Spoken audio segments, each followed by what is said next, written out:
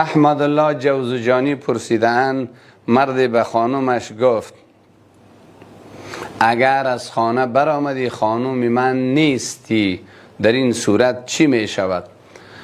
عزیز دل، ما این الفاظ را از الفاظ کنایی می دانیم. امیدوار هستم که مخاطبان را فهمانده بتوانم.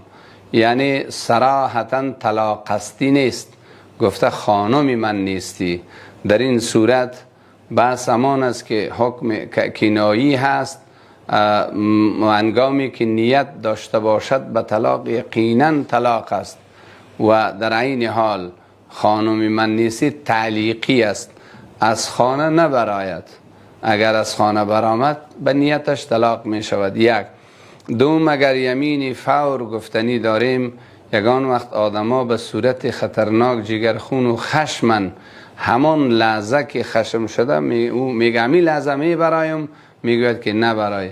بعد همان لحظه بیرون نشود، ساعت بعد که از خانه بیرون شود او را به نام یمین فور میگویند، طلاق نمی شود. آری هر وقت و هر شب و هر روز برآمدی باز آن مطلب جداست که به نیتش برمیگردد. سلامت و آرام بوده باشد.